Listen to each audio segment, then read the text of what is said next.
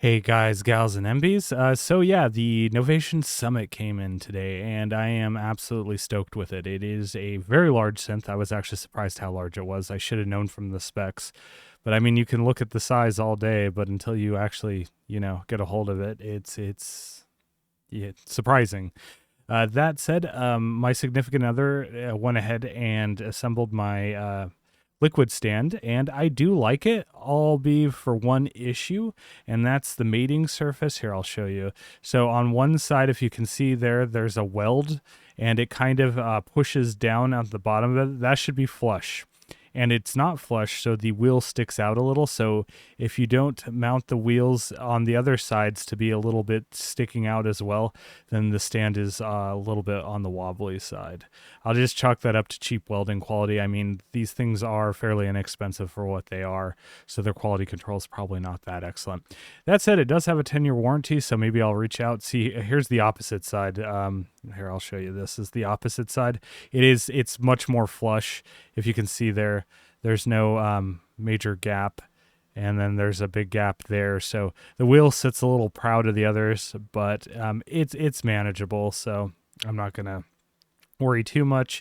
It's going to be way more hassle to return it to get a new one. So maybe I'll reach out to Liquid Stands. Like I said, they should have a 10-year warranty, and let's see how they handle it and see if they can send me a replacement side. That's all I want. I don't want the whole stand. Obviously, I don't want to have to ship it back. We'll see what they do. So here it is. Here, the stand holding my new Summit. So damn, the Summit is just gigantic, and I love it because it's 61 keys, and I can play it a little better than something that's a little smaller like the Take 5 and TO5, even though I love those. The one thing I will say, the keybed does feel really nice on the Summit, but it's nowhere near a FATAR keybed that you get on the Take 5 and the TO5, which is kind of disappointing for the price point of the Summit, given, yeah, but that said, it's still a nice keybed. I'll have to see what the aftertouch response feels like, but I can definitely play it pretty fast, at least just by messing with it so far. We'll see what the response curves are and so forth.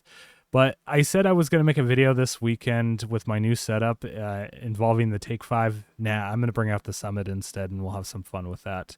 And somebody did bring up the fact that I really should explore the dual mode of the Summit instead of just using it in single mode to show off the peak. Yes, I do plan on doing that, but I do want to make more peak content too on the Summit, so you can follow along if you have a peak, and you don't have to feel pressured, obviously, into buying Summit. You should never feel pressured to buy a synth, and synth YouTubers that kind of have that feeling about them are kind of not cool. But yeah, you shouldn't be pressured to buy any synth.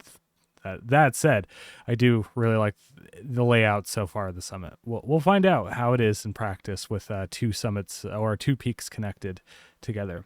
I did find out through the manual. I did have questions before my video. Yes, it has two effects chains. They are completely independent of each other if you run it in dual mode, though I don't see a setting to run it parallel or in series to another effects chain. So yes, each synth engine is a completely independent peak if you want it to be, or it can be a 16 voice full synth with two filters. The filters can be run in dual mode where one feeds the other, as far as I know, or I think they can run in parallel too. I'll have to figure that out. So that's cool. You can kind of do the Prophet 6 thing where you have a low pass and a high pass filter. So this thing has just so much just potential with sound design, and that's what makes it exciting. And I am, again, fairly happy with the keybed. Again, it should have been FATAR, but, what are you going to do? I mean, I guess I could have taken a FATAR keybed and taped two peaks to each other, but that would be really stupid. Yeah, so, yeah, wait for my upcoming video. It should be this weekend. We'll explore the Summit some. Again, I'm super stoked about that. I didn't see a option to route the filter in a way where it pans one filter to the left and one filter to the right, but maybe there is. Maybe you can do that in a dual mode.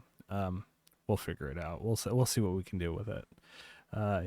Yeah, so that's kind of my update video. I'm thanking the people that said to look into the liquid stands other than my quality control issue, but it is a very nice stand, and it is kind of like the only thing in its price point or class, or really the only thing that's kind of like it. That does exactly what I want it to do, so I'm happy about that. The overall metal quality seems to be very fantastic, and like it can hold the 250-pound weight that it says it can, so that's exciting. The max I'm ever gonna really hold on it is probably like, I don't know, 80 pounds tops or something like that if I get a tabletop for it. So it's not going to be holding a lot, but it is pretty great. All right. Anyway, thanks for watching, and stay tuned for my next video. All right, bye.